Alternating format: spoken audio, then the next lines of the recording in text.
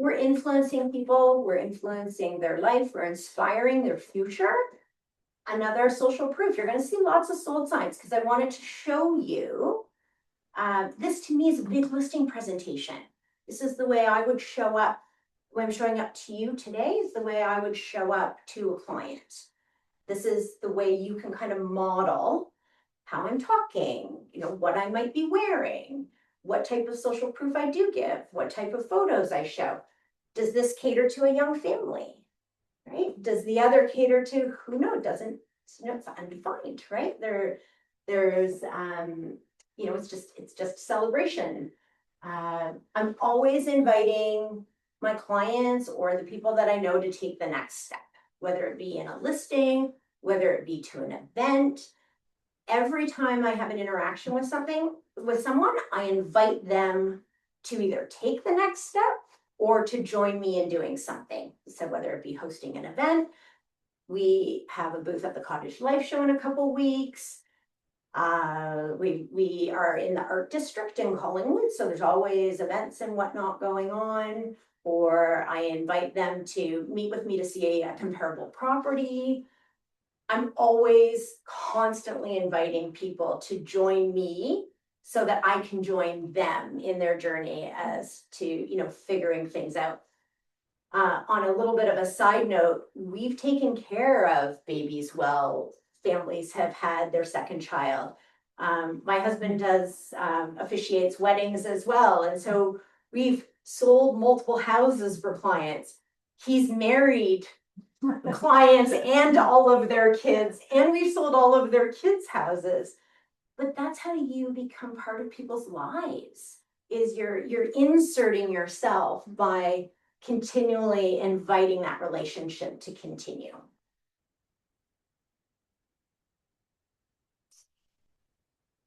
And then I think it's really important that you're a trusted advisor and you're coming to the relationship from a space of consultation and you want to coach them through.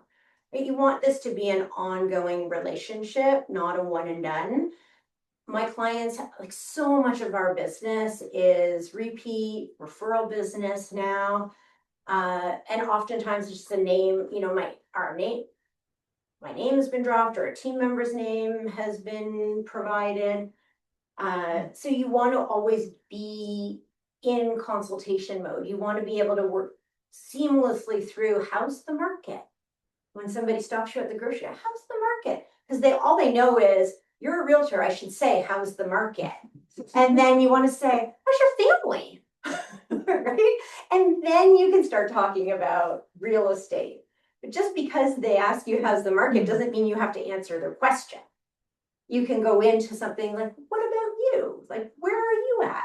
Where is your family? What's going on in your life? What's happening?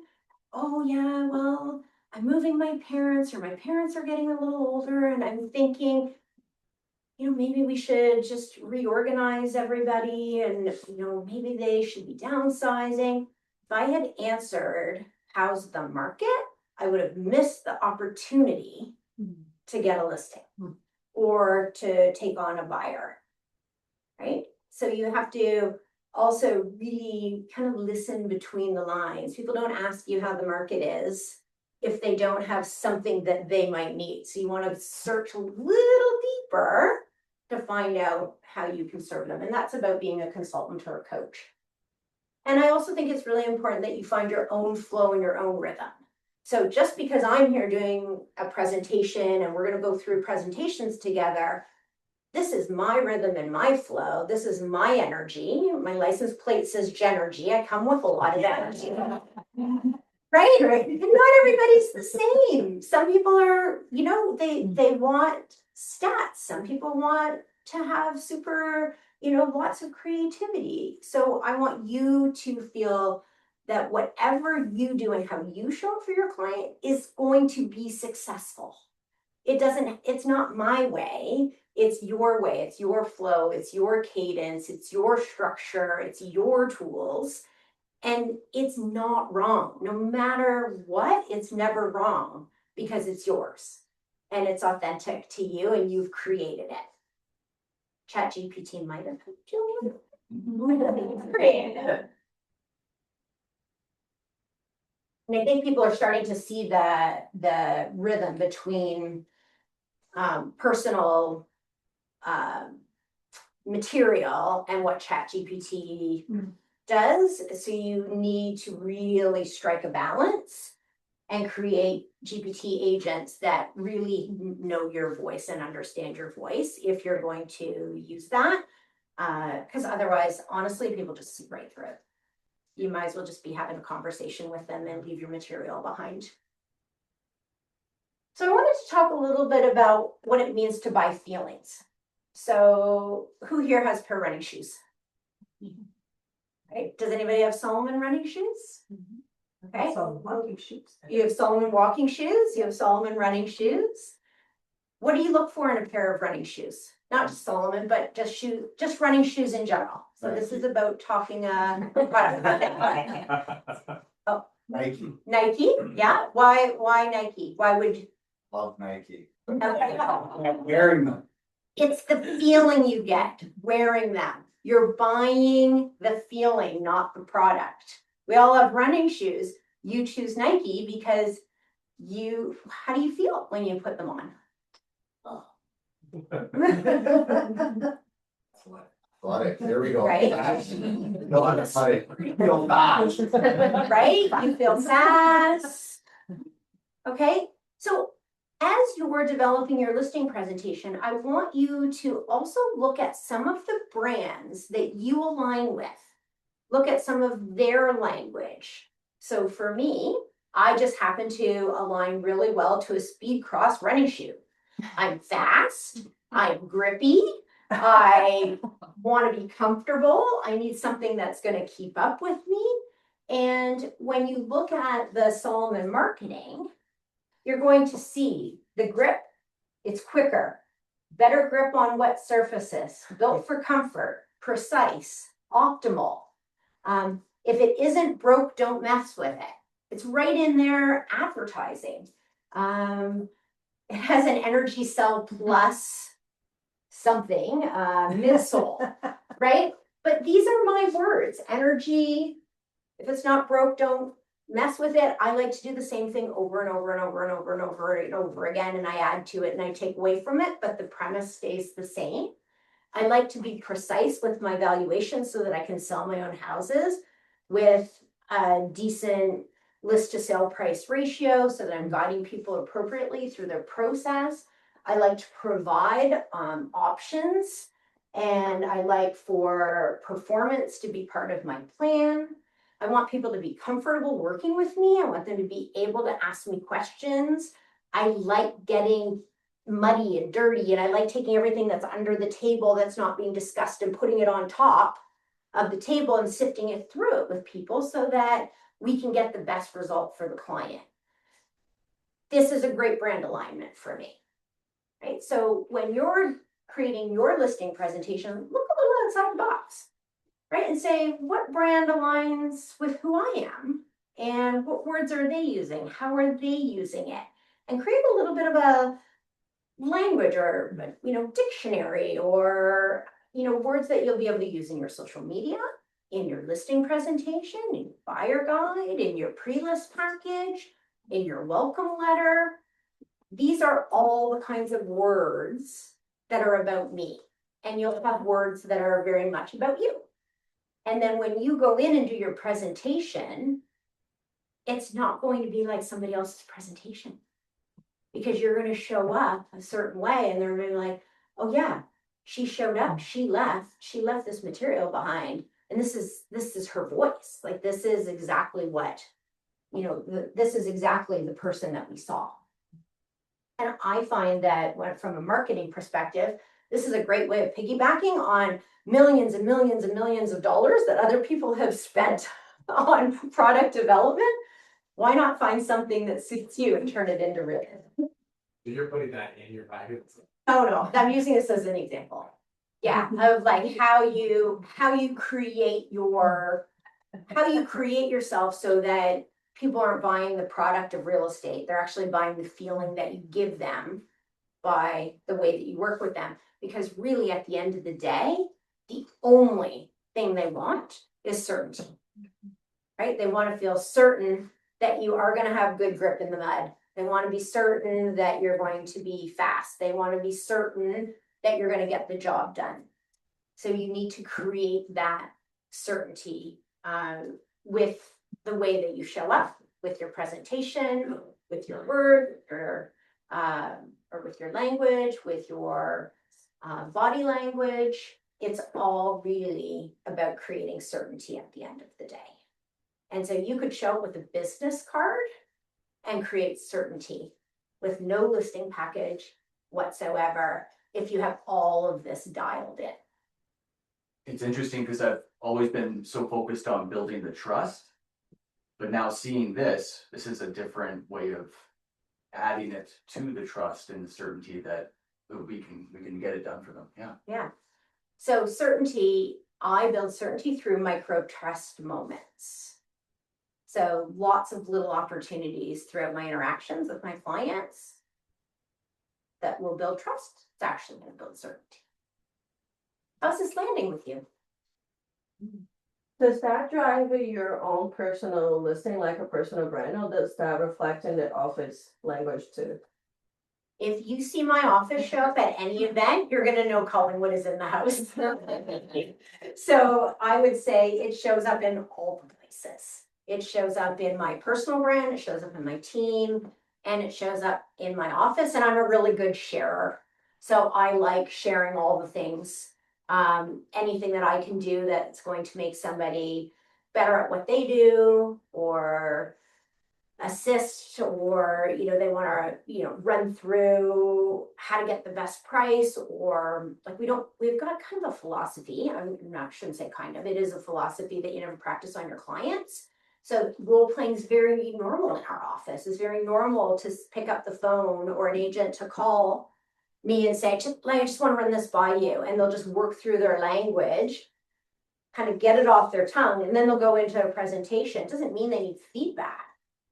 They just need to get into the flow of what that listing looks like so that they can show up really well. So we practice on one another first, and then we go in and deliver to our clients. So having an accountability buddy is great. And yeah, I think as you start, you might start with one piece of marketing that aligns with you, and then it slowly evolves into lots of marketing material, right? And then you just keep adding to it. And some things you'll be like, yeah, that didn't fit. I tried it, didn't work. And some things you'll adopt and say, oh yeah, I have to have this. This is a non-negotiable for me. I need 5 of these. I have a seller pre-list, seller checklist form. Can't even remember what it's called right now, but I have 10 of them. Actually had them made into a pad of paper that I have in my portfolio, because it's my one page that I can solve all problems with one page that's going to guide me through note taking. Or if I had to send another agent on my behalf, they could take that one page and get the job done. And it's their own kind of note taker. So that checklist is what you use on the pre-qualification call? I use it always. I use it for everything. And typically I have all the sections I'll fill out. And I'm just going to sort of zip around here so I don't have to continue to turn my computer on. But I use that, and then it's often written like above the space, below the space.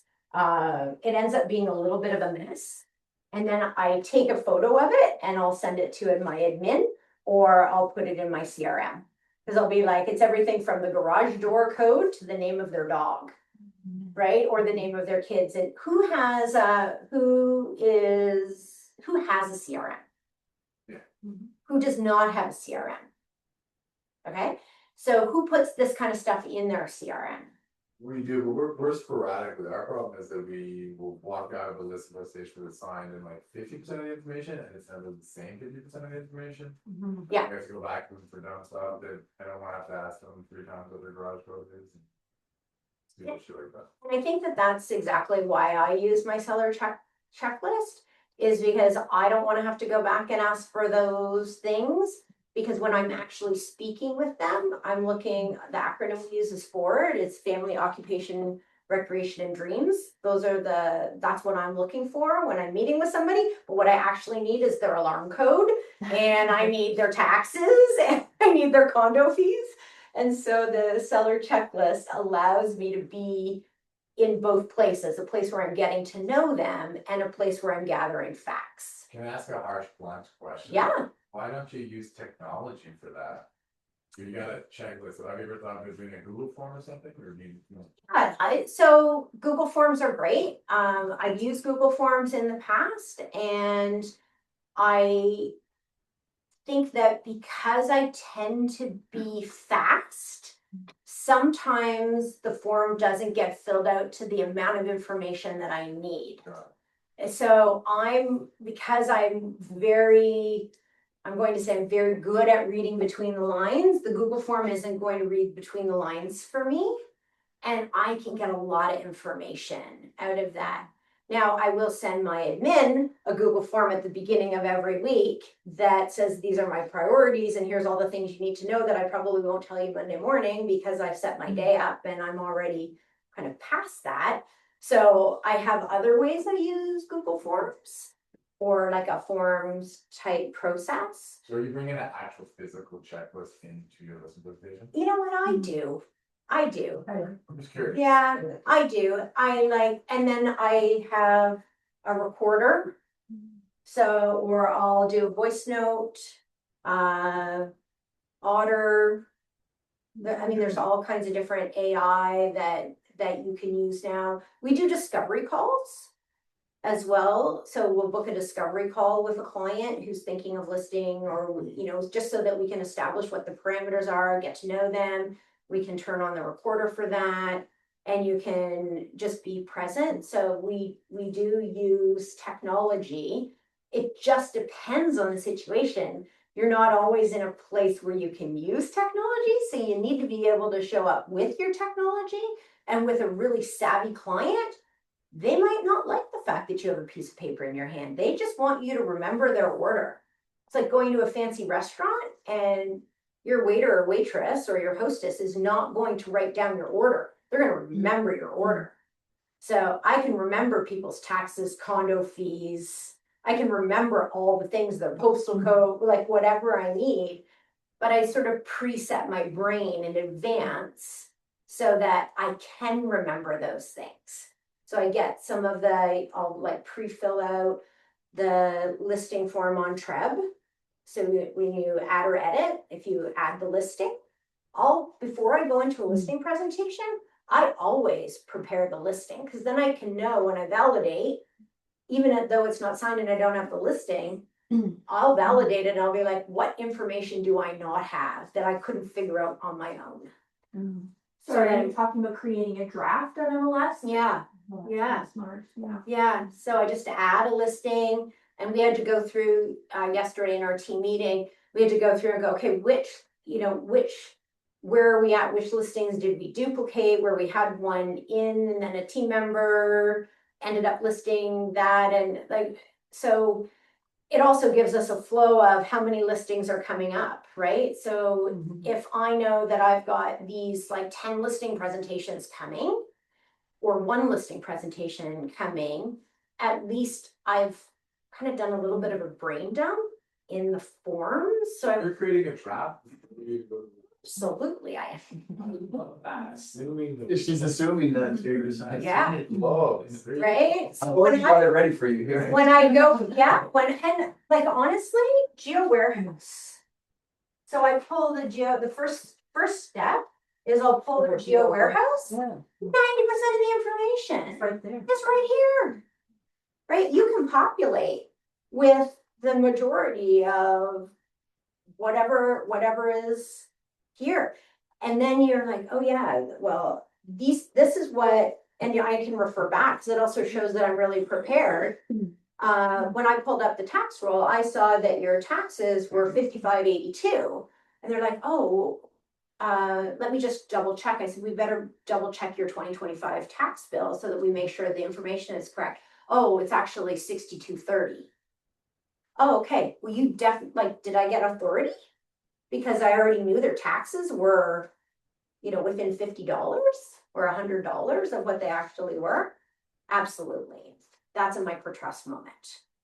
So I like doing that because then I can focus on the client when I'm with the client. Does anybody do that? No? Great Just a opportunity. question on the reporting. Do Oh. you ever get pushback on that? Like, are most people I just comfortable? I just say, I'm gonna ask you lots of questions. Do you mind if I record it? Cause I'll never remember it all. Yeah, so I'll come right out and ask the question if that's what I need to do. Yeah, so it sort of depends, but I'm pretty transparent about that. Who does not pull the geo warehouse at all? You guys all pull the geo warehouse for most of your data? Awesome. Okay, it's great. It's a great tool. It's also a great tool if you're going to an open house and you can do a neighborhood. Let's say you're doing an open house in a building or in a neighborhood, and you can pull the neighborhood search. It doesn't look like a CMA because you just have the mapping and the list of whatever's going on in the neighborhood, and you've come prepared with sales, and they're going to typically be all over the place because you're going to have everything from duplexes to condos, often in a neighborhood. So it's a really safe entry into a conversation about price, because chances are their house is going to fit somewhere in the range, right? And you haven't really, you have to get in their door in order to figure out where in that range the house belongs. But I find it's very ease of entry. Yeah. Any questions? How are we doing? So through the listing consult, you're gonna be talking about, you're gonna be asking questions, building rapport, and then showing what you do, and then you're gonna be gathering information. So in which order are we doing this? I always gather information first. Oh, okay. Yeah, sometimes I don't actually even get to the listing presentation. It sounds like you're assuming, like, we're working together, I need all this information. Oh, yeah, I'm already done. It's not here. Yeah, I'm already ready to go. I've already. So you just need to sign here and then we'll get things started. Yes, and we're gonna talk about that. We're gonna talk a little bit about what that process looks like what the path or the runway looks like. But this is, I think, where when I've booked the appointment, I'm already got the listing. That is the difference. That's the difference. So if you're going into a listing presentation and I'm right after you and I already know what your taxes are, who has trust?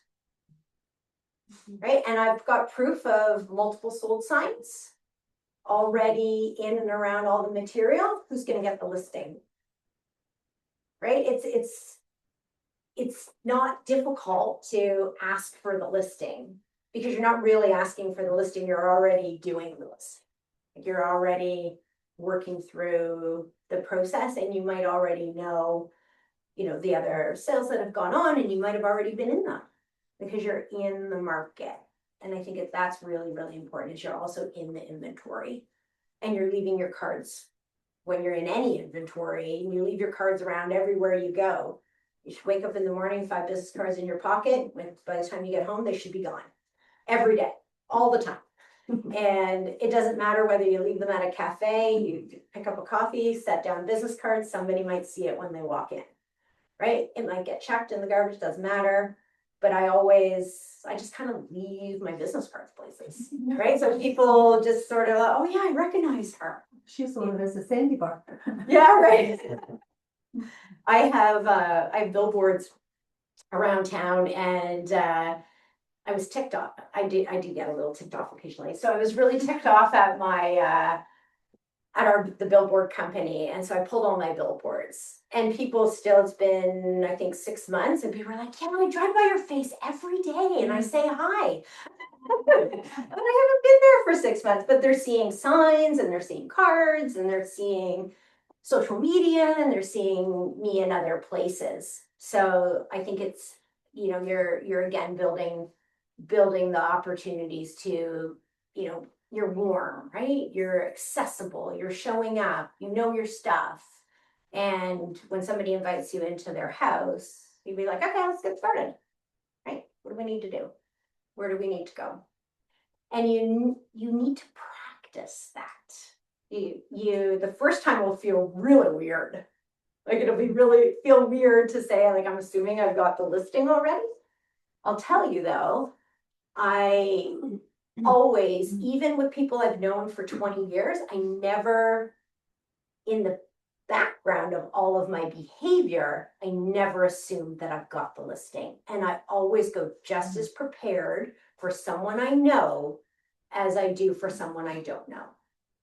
Because if I don't do my full spiel, then somebody will come in, maybe someone else might come into the listing and give their full spiel, and I won't have had the opportunity to really tell them what I can do for them. I think that's important. We talked about this earlier, about on the pre-qualification call, do you say, are you interviewing another agent or team for your home sale? Yeah. Are we asking that, or is that? I always really, I like open-ended questions. So I will say to a client, what does this part of the process look like for you? And then I pause. The best rule of thumb is actually to stop talking, because they'll fill in the space and they'll be like, well, we want to get a couple of opinions. Our daughter suggested somebody else we should also talk to. Oh, well, we're ready to go. We're just not sure about staging. So you're going to get a pretty good indication when you check in with them to say, where are you at in the process?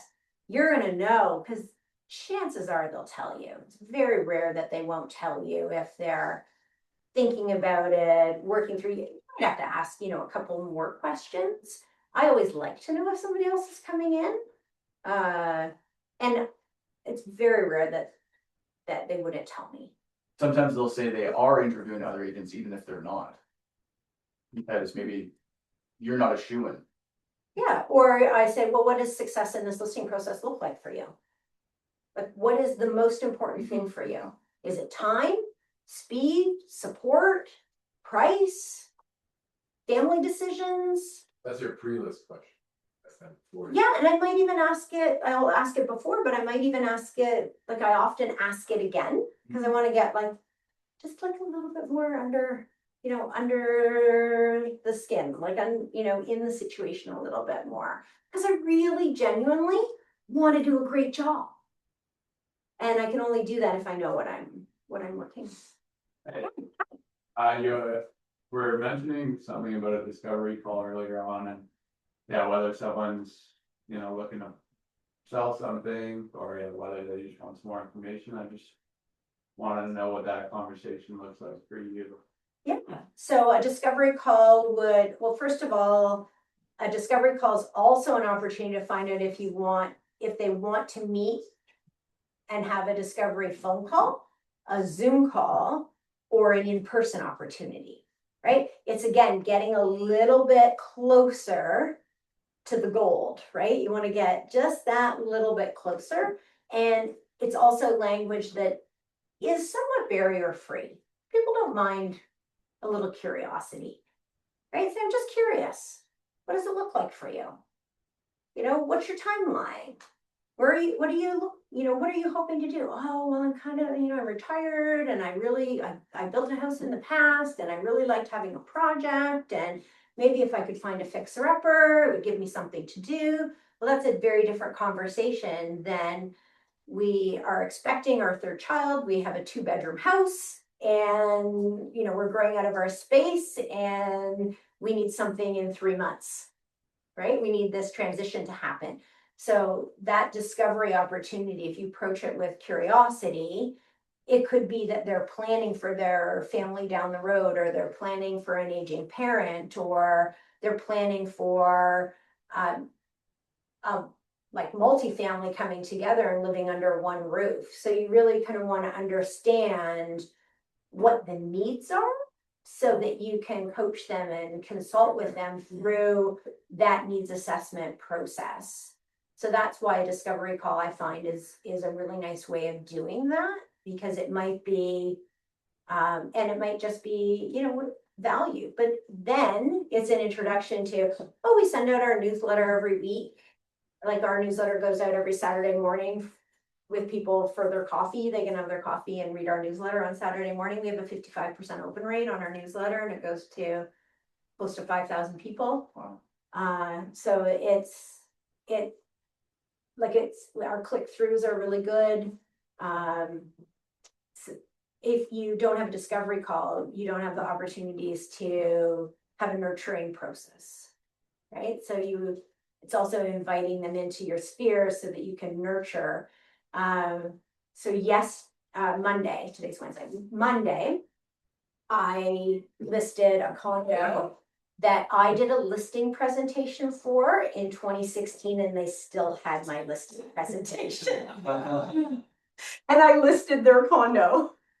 So they were 75 then, they're 85 now, and I had to go to their house in Georgetown. And I opened it up, I'm like, oh my goodness, like, and it was still like a bound. It was like a bound, I brought this because it was just like this, it was like a bound listing presentation that had my team intro and like normal CMA, and they kept it that whole time. And they probably weren't in your They were- database getting emails, Yeah, they were. or they were? Oh, yeah. Oh. Oh, yeah, everybody's in my database. Their age, Because, that's like, their age, right? But this is really important, because once upon a time, it was encouraged that we clean our databases, right? That we clean our CRMs and we get rid of people that really aren't buying. And I did that, and I got rid of about 8,000 names. And thinking because that's what was being taught. You don't do that anymore. Now you would say, these are my A+, A's. I use top 100, top 200, top 300, top 400, and I move people into top spots as I get more information or as they get closer to either providing referrals or making a move. I'll just keep moving them through that nurture. That's just kind of my nurture system. But yeah, don't get rid of names or email addresses or phone numbers or whatever. And in my phone, somebody will call me and they'll talk to me 5 years ago, and I'll say, oh, hi, John, great. Yeah, and because their names come up in my phone, and they'll be like, you remember me? And I'm also good with voices. So, I can usually pick apart what address belongs to that name, or I'll have a little note or whatever. So if they're not in my CRM, they're in my phone, and I can usually figure it out. So it's always good I'm just saying, don't scrape and clean your CRMs at this time in this market. You can stage them. CRMs are so much better than they used to be for the way that you filter and sort information. Sorry, Jen, just one question about the discovery call. When your client calls you like the first time, somebody who's worked with you in the past. Who has not worked with me in the Who past? has worked? Oh, who has? Maybe if it's a referral or whatever. Say I'm interested in selling my property. Would you make that the discovery call sometimes? Sometimes, yes. Like you just work through the questions and not book like, okay, I'm gonna call you on such and such date. So do you have 15 minutes? Or I'll say, I'm just walking into an appointment. Can I call you back in half an hour? So I might actually call them back when I'm in a better. First call would be a discovery call, but I always ask for permission to have that call, because for them, you don't know what's going on in their world. They might have just saw, they drove by something and it might not be the right time to have the call. So I always ask, you have 15 minutes to have a quick chat, or or I'll just ask a couple questions and then I'll check in with them to see if they have time. So I also want to be respectful of people's time, and I do answer my phone. So, and people like that I answer my phone, but they also realize that I'm on the go. So I often say, I just really wanted to answer your call out of courtesy. I'm running into an appointment. Do you mind if I call you back in 45 minutes? Or I'll call you back at 4 o'clock or whatever, but at least I've taken the quick call.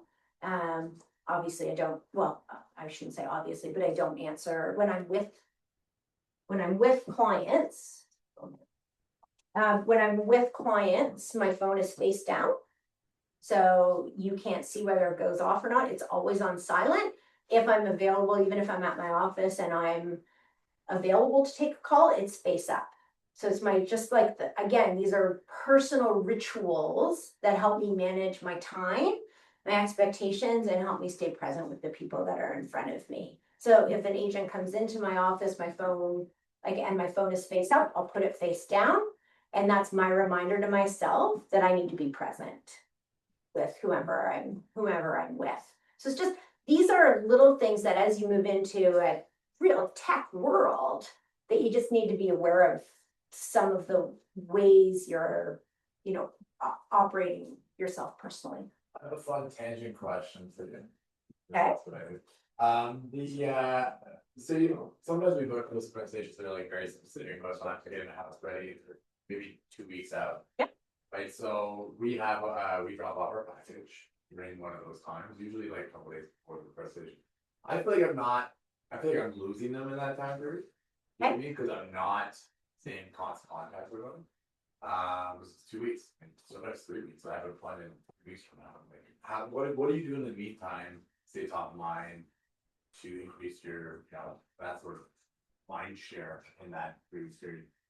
Yeah, so newsletter is one way, so they're automatically getting newsletters, pardon? Paper newsletter? No, e-newsletter, yeah, it goes out every week. And it has all of my listings, links through to all of the listings that we have, and a little introduction of events and activities that are going on in the area that they might be interested in. It's got pictures of our team working. So immediately I'm developing authority every week. Our team has to submit at least one picture of themselves working every week.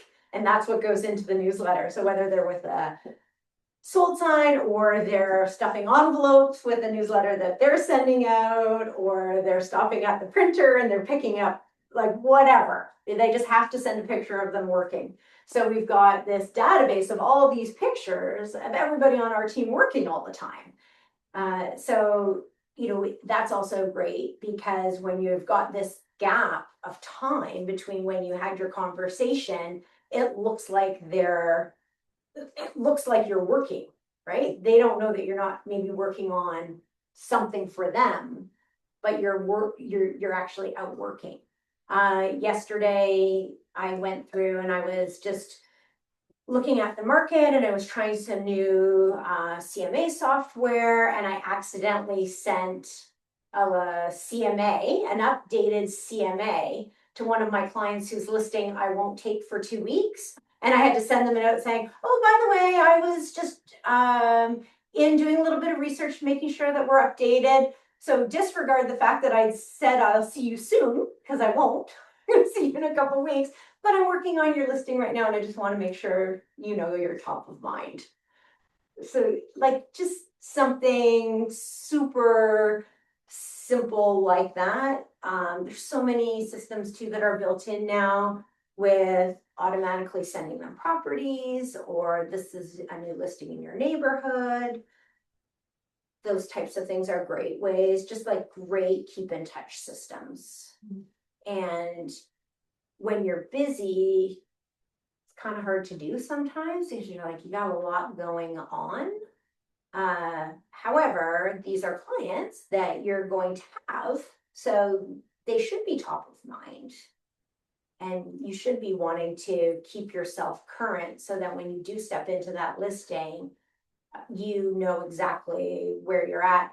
I took a listing yesterday where I gave them a listing price. It's a tiny condo. The list price was $469, and they had it professionally painted, cleaned. So this is a woman an elderly lady who went into the hospital and couldn't go back to her home because the kitchen was on the second floor and the bedrooms were on the main floor. And so her daughter called and said, my mom went into the hospital and she's not going to be able to live in her house, and they won't let her out of the hospital because we have nowhere for her to go.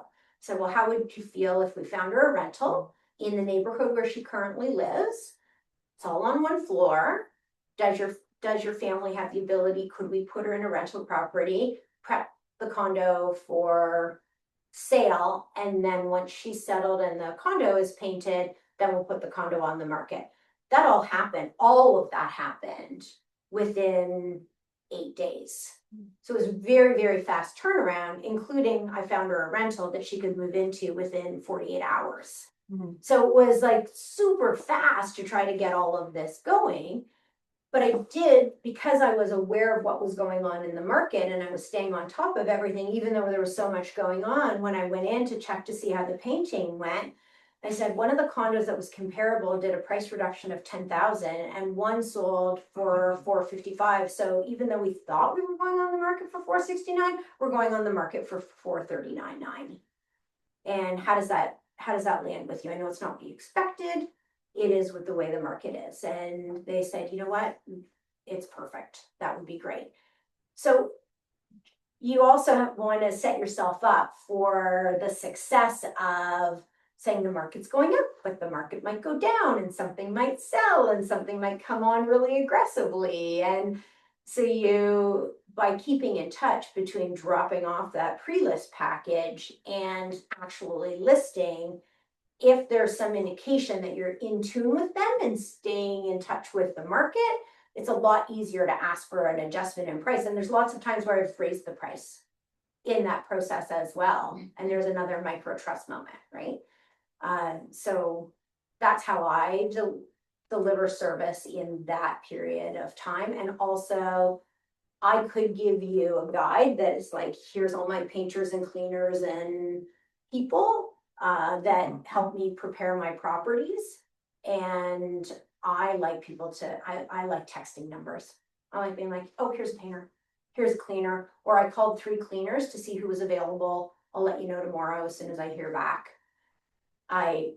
We had a huge snow load and I've got an estate sale that's coming up and the deck collapsed on Sunday. So I called the guy I know. I'm like, can you go over with your trailer and take the deck off? And he's like, sure, I'll be there tomorrow. I'll go take care of it. So also having the relationship with your service providers is really important because it allows you to call on those last minute favors to get these properties on the market. We had that property that is a house, the estate, and we had the house painted, the floor sealed. I've got new carpeting went in, the deck is being removed, the exterior of the house is being washed. And we were scheduled to go to market on the 18th of March. We're going to go to market tomorrow. So we were able to bring that timeline up a whole week because we got a lot of work done in a very short period of time. So again, it's like just you got to be in the soup with the people, right? To be able to make those things happen. That's why we get the listings, right? It's because we show up for everybody. Okay, let me scoot through a couple more things and then we'll get into some listing presentation parts. So I talked a lot just now about showing up to serve and how we show up. Client-focused opportunity, we're creating opportunities with our dialogue, where results get driven and we showcase our experience. So when you take care of your people, you create certainty that they'll get results too. And that's exactly what we just had a really nice chat about. Creating success rituals, that's what I was just talking about with having names and numbers in your phone, having your newsletters, developing those repeatable systems so that you're repeating the same things all the time and then adding to them and taking away from them, but having one system that's all set. I have 10 listing presentations prepared at all times, like just basic. And I have 10 thank you gifts at all times, and I have 10 bottles of Prosecco at all times, and I have, you're gonna see, I'll show you in a minute, I've got gifts, my office is full of gifts, like just small gifts or things, personal things that I can drop off. So I'm ready, I'm always ready and ahead of the game. And I don't mind taking a personal risk. I don't mind going over 15 minutes notice. I have nothing to lose. And that would be a personal risk, not personal safety risk necessarily. Like that's not what I'm talking about. I'm just talking about putting yourself in an uncomfortable position to serve someone else. And sometimes those are the best confidence builders you can for your own self. is you're like, I nailed it and I wasn't prepared. Right? And then you're like, now I can do anything. So give yourself the opportunity to make mistakes, try things out, don't be perfect, be perfect, see how it lands, right? Just show up, do the work, serve your people, and the right people will find you. Present to win. So this is where we're going to talk a little bit about our presentations. It's my blank screen because I want to hear from you. Yeah, so you guys can fire questions. I'm happy to look at presentations. I'm happy to do a role play. Yes. Got one, Jen. Okay. Right out of the gate. So we already went through your presentation. This is your presentation. So we had a little like free half an hour training session. So these are great questions, but I thought I'd just let everybody know that we've developed rapport already. Like we've already created a great space where we're coaching and navigating. So I may ask some difficult questions. All right, so I found historically the seller, a lot of times they want to know what the price they can get for their home is. And I, as an agent, I would focus on that. Like, oh, it's worth 1.5 million. Like I'd really be like fixated on that. And when I talk to them about their home, it's like, is this going to help me get the listing because I know the price? And so I'm getting away from that in the last couple of years and more towards building the relationship. So I guess my question is, how important is the price of their property, like the valuation you're providing? Yeah, so I have a question for you. Are you getting away from it or are you replacing it with some other action? It's not my main focus. So Okay. it's like part of the conversation, but it's not like the main thing that we're talking about right away. Yeah. Okay. So one of the things that I do in my listing presentations is I have a net proceeds worksheet. And it looks like this. And it looks exactly like this, even with the sticky note on it. So I will actually, on the sticky note, I'll write the lowest price I think their house is worth, the middle price, and the highest price. And I'll break down all of their costs. So I'm going to know based on the price I think they're going to sell their house for, what they're going to have in their pocket before I even go into the house. And then when I go in, I take this off, I put it on my own notes. Yeah. And then I go in with this blank, but I've already figured it out.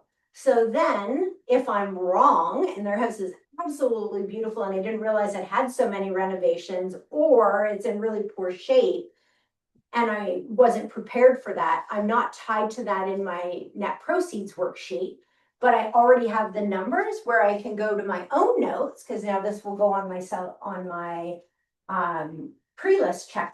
pre-checklist. And I can just copy the numbers directly onto the sheet. And I have scenario 1, scenario 2, buyer costs, and I have the land transfer tax calculator right here. Great.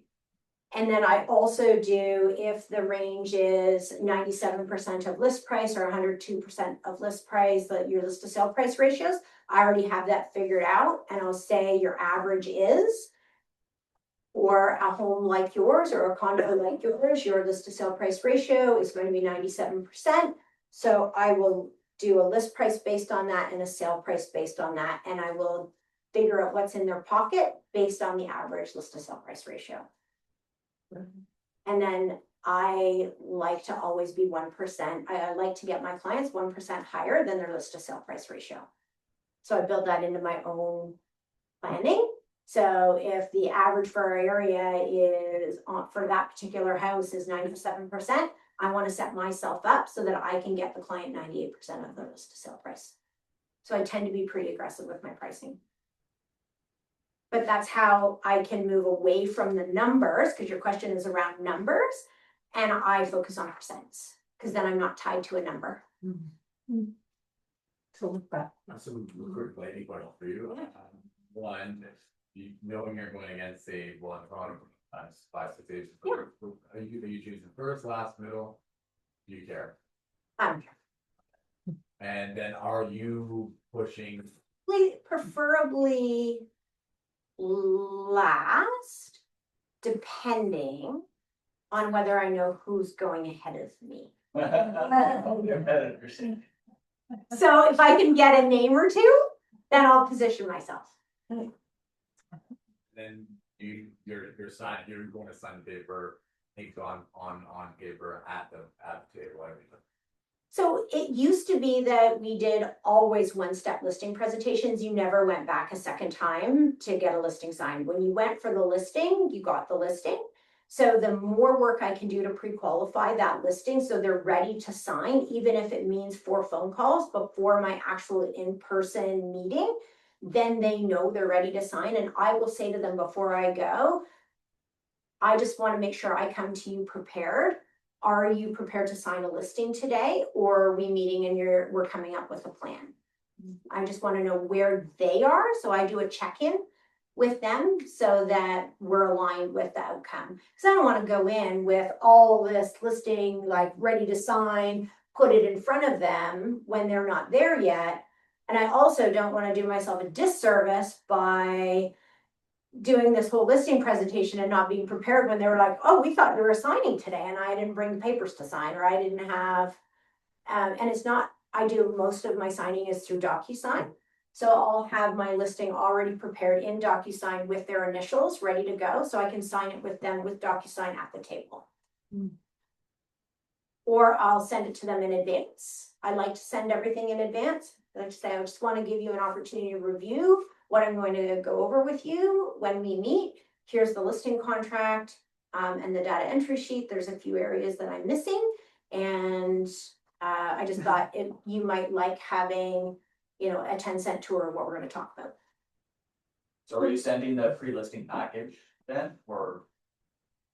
Yeah, my pre-listing package is kind of a mix. It really, I think I might be a little bit like Mike. Sometimes I use it, sometimes I don't. If I have a really good connection with the client and I feel that a pre-listing package is going to get in the way of me maintaining that connection and me being accountable to keeping in touch with them, then I won't give them a pre-listing package.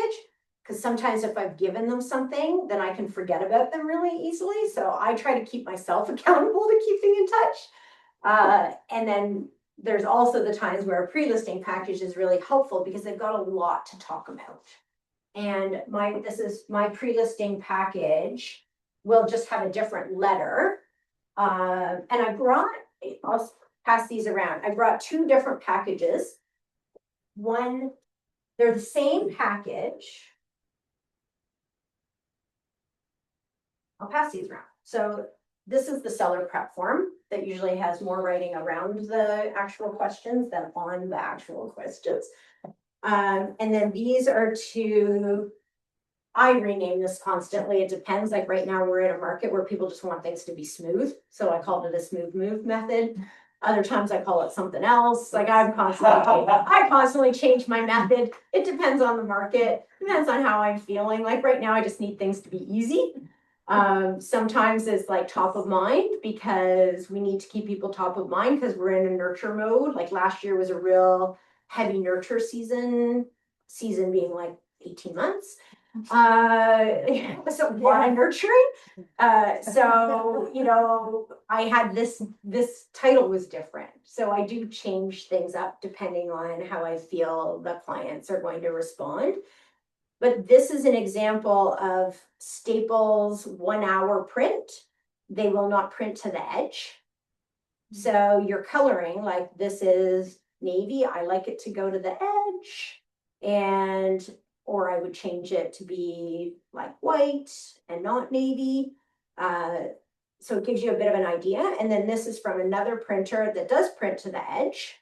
But I don't love their quality.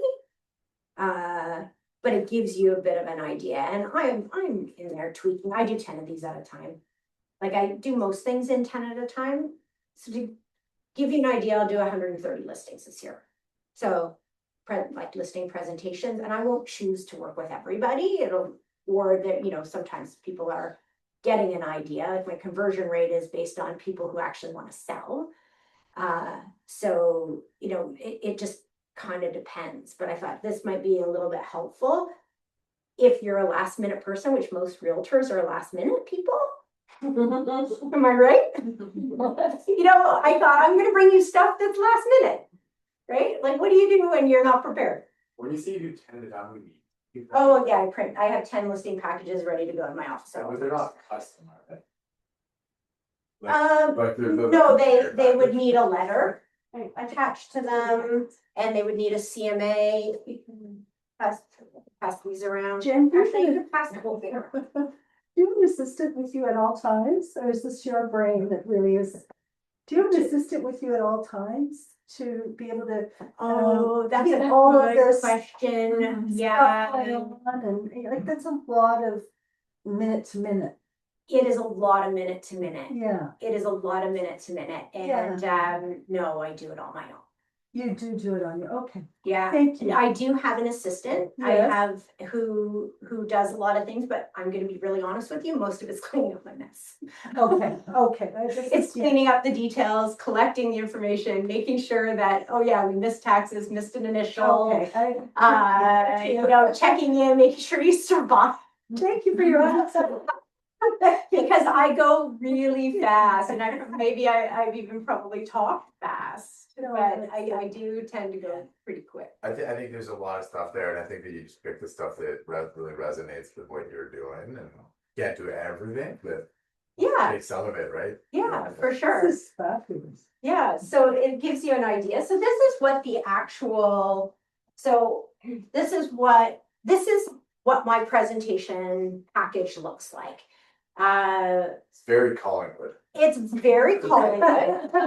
This is Love it. very Collingwood, like, so we created our, so the whole foundation of our brand was using a concept called biophilic design, was bringing nature into everything that we do. Mhm. And what I'm showing you today is actually a presentation that was presented to OCAD marketing students, because we use art. Even my signs are pieces of art. And so they stand out a little bit differently. You may have a more luxurious brand that, is, but these kind of stand out, right? So I'm showing this to you because don't be afraid to be different. This is very different than what's on anybody else's table. And honestly, it makes people happy. So interesting lesson on community. How did you get the OCAD students? Did you pay for that, or did you just send like That's compliments? So Maria Main is one of my best friends, and she is a professor at York University. She did all of the art, and they called her in to do a marketing presentation, and she brought my presentation. She's like, "Do you mind if I use your presentation? Because really, it's like the most thorough and it's the most relatable, where you're using nature elements in your marketing." But it is going to be different than anything else that you see, and different than what you're going to create. My card matches. It's got the same art on the back here. And then I've got a trail map. I have I brought it. So there's a trail map that we sponsor. Yeah. I brought this because I did these up for my office, and I stapled my card to something that I did for the office, just to show you that it doesn't have to be perfect, right? So often we think everything has to be perfect before I start giving it out. It doesn't have to be perfect, right? If you have to staple your card to a magazine or get stickers made or like anything, you just need your smiling face on your stuff. These are cards I did in Canva, had them printed at a printer. They're okay quality, they're not awesome, but they're done. And this is my recovery chocolate. Every listing presentation I go to gets recovery chocolate. They often open it while I'm at the presentation and eat it. There's 4 gold bars in here. Why is it recovery?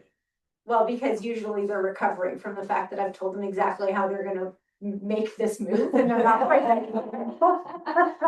And they, right? So it's fun. So sometimes I bring gifts, like a little gift or something, but honestly, Dollarama, $3. This does the trick. And it says, thank you, right? So and then when I do the open house, I open these up and the gold bars are the same color as a business card. So these are the larger gold bars. If you've ever opened the Mercy chocolate, they're the size of a business card. So when I have clients that come through an open house, or my team has clients that come through an open house, they get a gold bar just in case they want to buy the house. So it's kind of a theme that we like to have. This is my seller checklist back and front. So my clients will fill this out. It's also what's in my guide. But I give them one that's separate. They take a photo of this and text it to me. And that way they can fill it out. And if they need something, it's just like handy and it's on their counter. And it's something that they're working through. This is great for your pre-list package, your pre-list drop back, because you can text them a message and just say, hey, how's that checklist going? Do you need referrals for anything? Right? This is a great way of checking in with people. I'll send this around. Your RICO guide. So you can either staple it in the corner, or you can have it made into a booklet, or you can send it to them electronically with a video. Like there's lots of different ways that we give these out. You can do it through the RICO site. I mean, it's kind of endless the way that we can give this out, but it is mandatory. So I tend to just have them around and available and in my briefcase or whatever. I have a briefcase that I use every day, and I have a briefcase for my listing presentations. So I only have what I need for listing presentations. So I'm not digging through my stuff, trying to find what I need for a listing presentation when I'm with a client. So I have I have the same clothes that I wear for a listing presentation. Like I try to make my life easy so I don't have to think about it so much. So these can go, I'm not sure. Oh, here's I literally threw this together, CMA, basic letter at the beginning.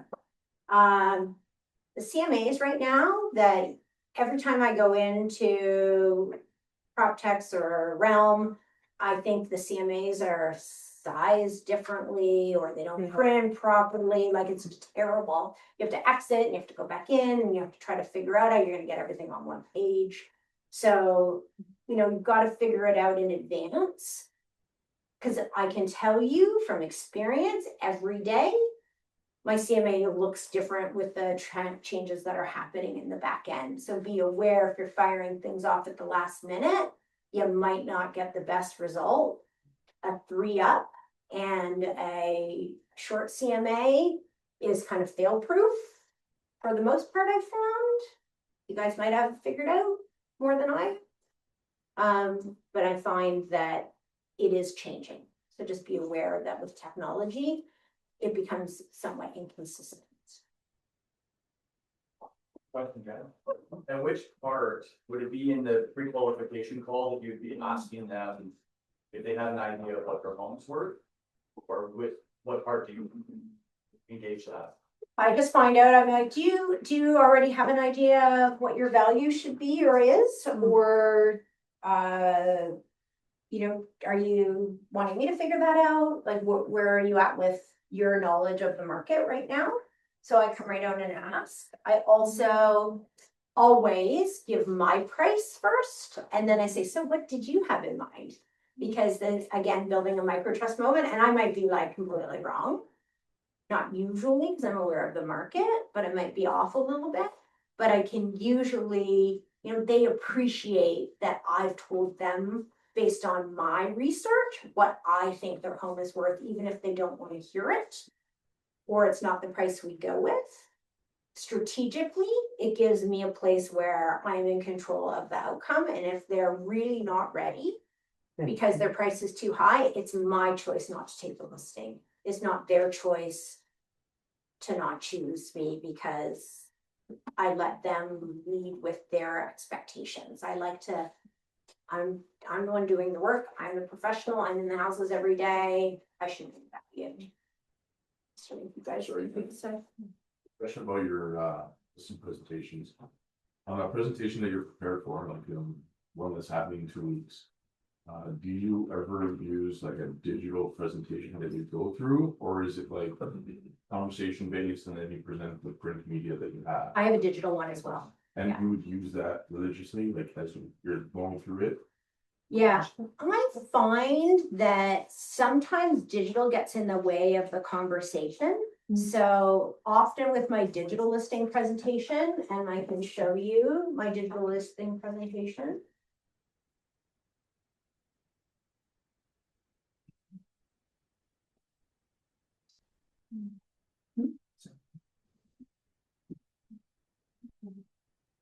I often find that with my digital presentation, I only get through a couple of slides. I don't always get through like the whole presentation because they'd rather talk to me than talk to a screen. Yeah. So my digital presentation is really quite simple, I would say.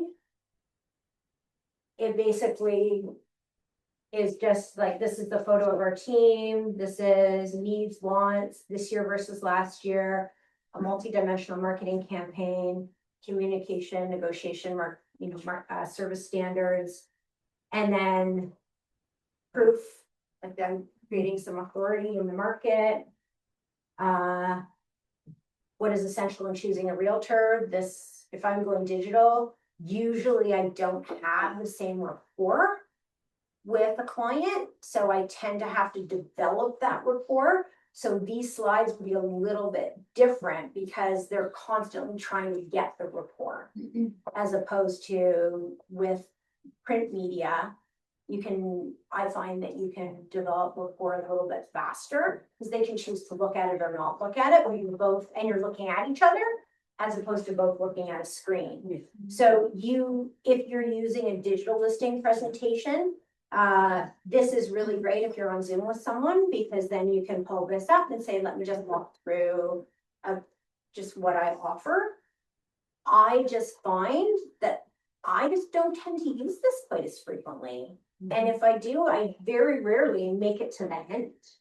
These are the community sort of charitable contributions we make annually, a little bit more about our marketing, about Revel, introduction to luxury, testimonials, a little bit, we have a moving trailer. That's a great way between the pre-list package and the actual listing contract beginning is our moving trailer is really helpful for people. It builds, these are all bridge builders. Keys to a successful closing, more testimonials, more creating authority. Again, more testimonials, and then that's it. Like it's very, I'm gonna say it's very basic. Because I just find too much on the screen. You might have a completely different experience. Does anybody have a great experience with the digital? Do you have a good experience with the digital listing I presentation? think on digital presentation that I use. Like I'm mostly the guy that shows up with a business card and computer now, like, and I just go through some comparables. But like, I think the majority of the focus is on the plan, right? Like, most of the time we're dealing with repeat referral business. Yeah. And it's people that are either moving up to bigger homes or downsizing, divorce, estate sales, and it's like trying to focus on what actual problem is and like what the future looks like, right? Yeah. But there's that one question I was gonna ask about commissions. Because that's like taboo at the table, right? Yeah. How do you face that head on? Do you wait for the client to ask you the question? I have You have it pre-filled package. into my listing package. Okay. It's pre-filled, all of my contracts are 5%, 120 days, No discussion. no discussion. Well, I think because you're showing that you're so involved in the community here and social proof and you're getting stuff done, like if they want to work with you, that's what they have to pay.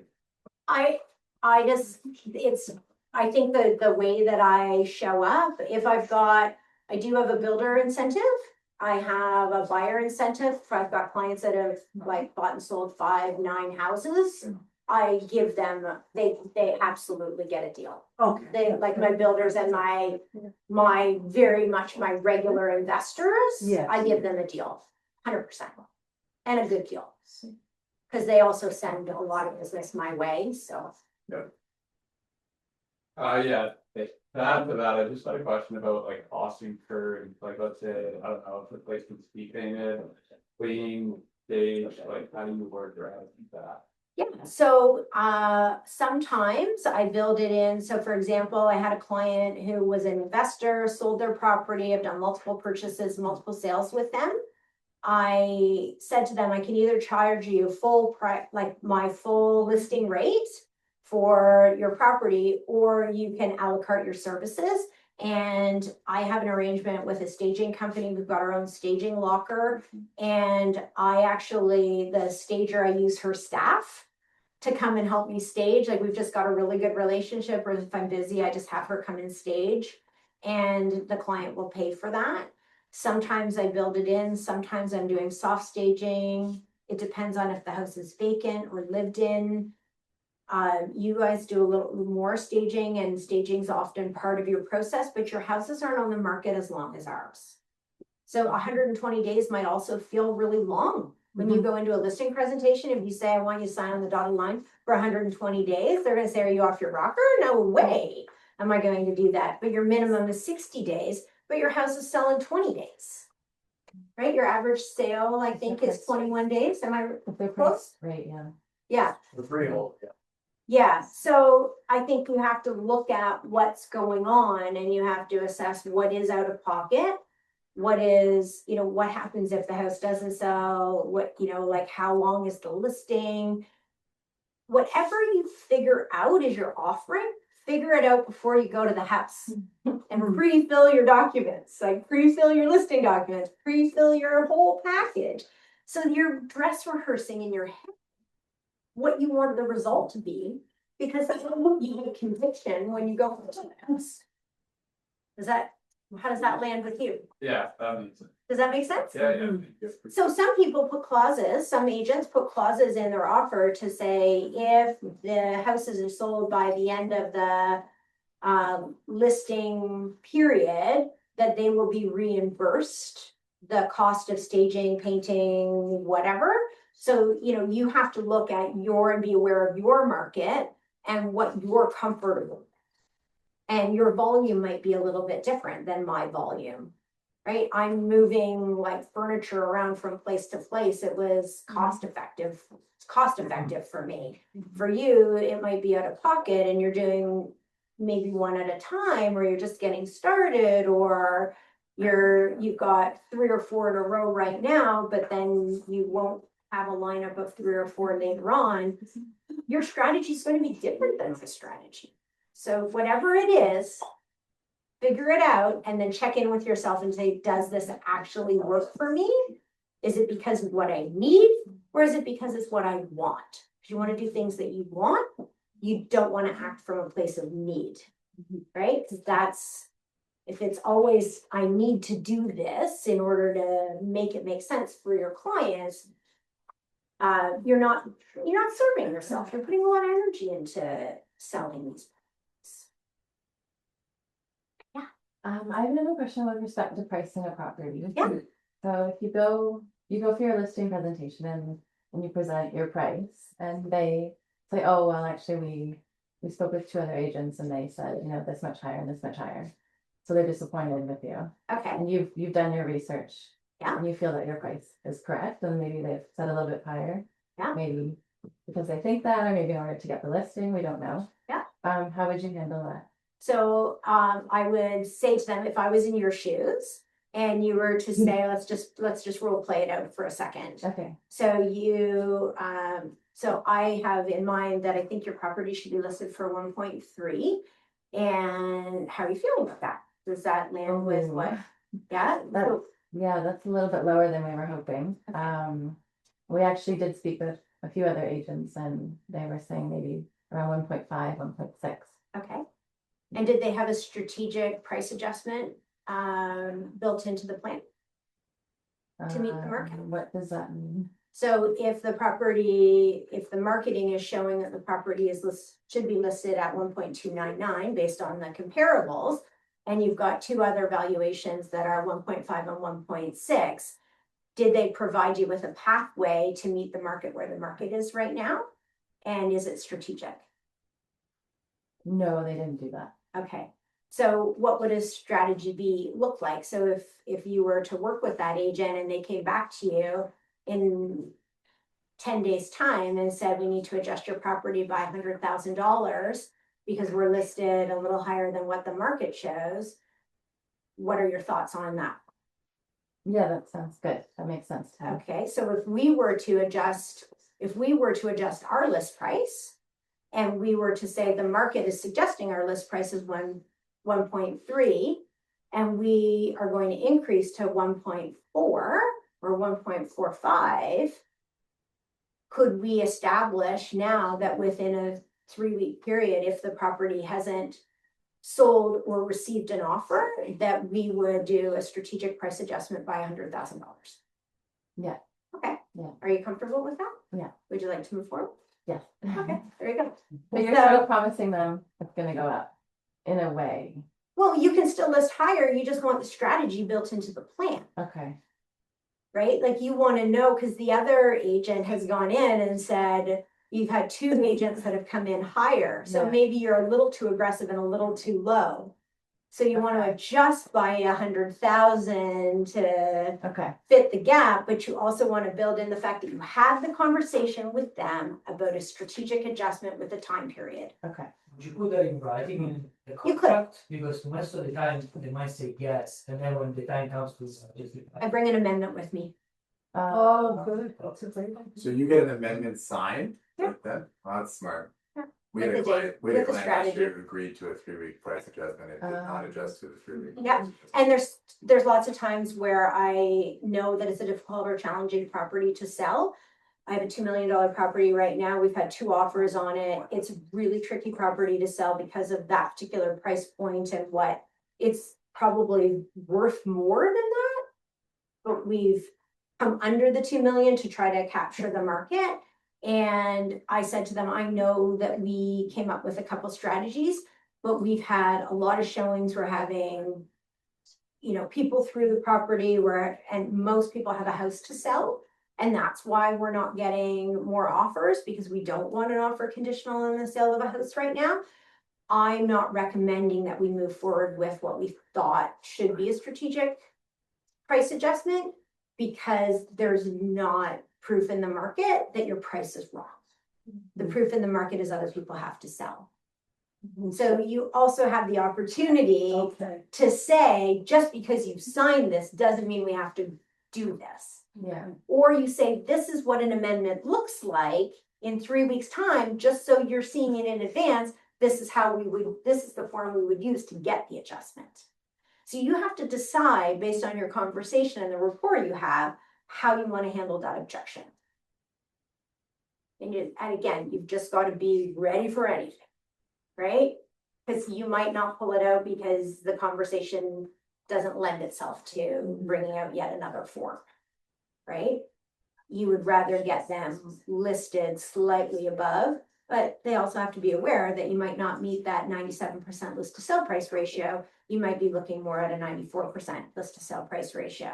Do the calculations, right? That's what your net proceeds worksheet is for. Okay. Thank you. so if you're saying that and you're talking about this specific $2.2 million property that's had 2 listings, how do you, or 2 offers, two offers, how do you then continue that conversation? I don't. How do I continue the conversation with the seller? Yeah, Well, I've kept them abreast of all the showings that we've had, Yeah. and even though I'm a heavy lister, I still like to open house some of my own houses, even though I have a team, because I just like to be in the soup with everybody, because I want to feel what's going on and I want to have those conversations. It keeps me real and keeps me relevant to what's happening in the market, so I can make those types of calls. okay. There's lots of people who would be team leaders like me who never sit in open house. I just find that the more frequently I can be in front of my clients, the more rapport and, you know, opportunities I can bring to them and to, you know, others as well. I was at a training a while back and one of the teams said we always charge 6%. And that's great. I didn't figure out what kind of conversion they had, but my question was, is there a downside to being so rigid? Like, we're 6%.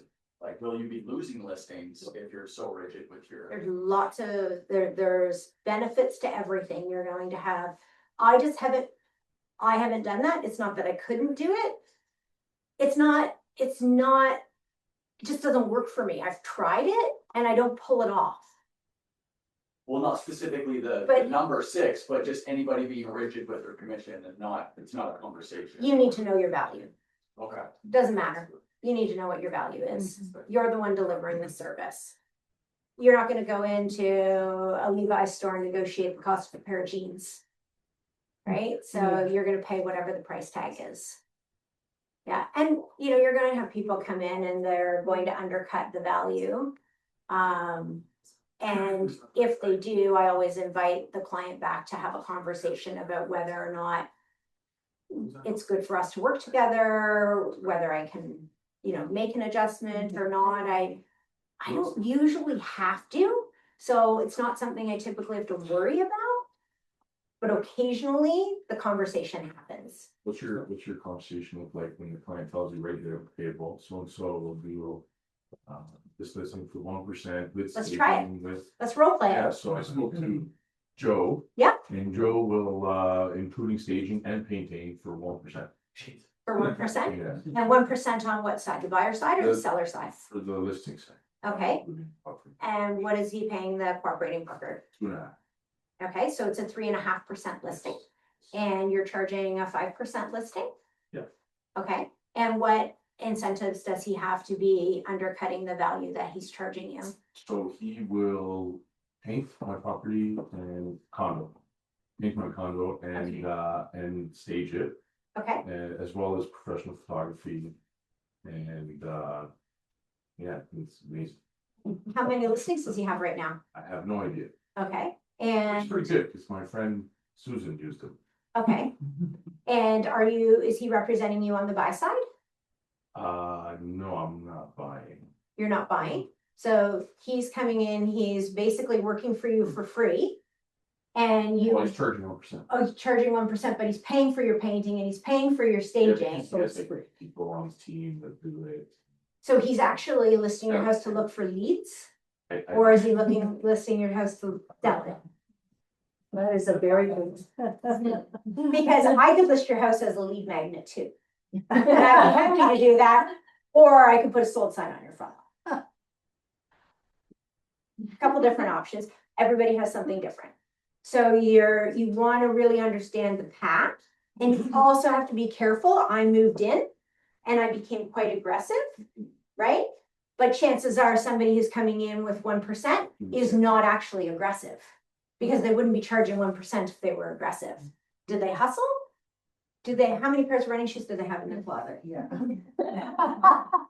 Right? What kind of presentation did you get? Right? What's their list to sell price ratio? Yeah. How many people are on their team? Are they gonna sit in open house at your house and give out chocolate? Are they gonna call you every day, every week? Does it concern you at all that they're listing your house for free, essentially? Well, yeah, like what are you putting in your, if you were listing at 1%, like for you guys, if you were listing at 1% on the listing side, what are you feeding your family? On those? Well, I think the majority of the clients that would come up with that conversation are the people that think that we make too much money and that 1% is already a lot of money and we shouldn't be making like $1,000. So, Is it that's the type of person Is that, this your ideal client? no, it's not, exactly. So you might choose not to take that listing, right? Or you might say, let's keep in touch. And if I've got a buyer, I'll bring a buyer and say that honestly, we work really hard to sell your property. We're not taking your listing and trying to move your family as a lead magnet. Like, it's just not the service that we provide. And usually that, like, honestly, that would be my answer, like, maybe you should list with Joe. Actually, I know somebody that will list your house for $1,000. That's just not what we do. Yeah, yeah, and I think you can choose, right? You can choose who you want to work with. I find that when you position yourself in the market, I've spent a lot of years positioning myself in the market. I don't position myself as a 1% agent, but I don't position myself as a 6% agent either. Mhm. Right? And I list $2 million, $4 million houses, and I list $350,000 townhouses or condos or whatever that, that need work. So, and land. So you kind of have to try on your superhero costume, right? And then say, how do you want to show up? Yeah, I don't know what time it is. Yeah, we're getting there. Yeah, it's just before noon, yeah. Okay. My parking meter runs out at 11:59, so Yeah. somebody has to. I had 12 o'clock, I have to add $1 to it. Well, thank you so much for coming in. We got a little something to say thank you. Sure. It's a bottle of wine and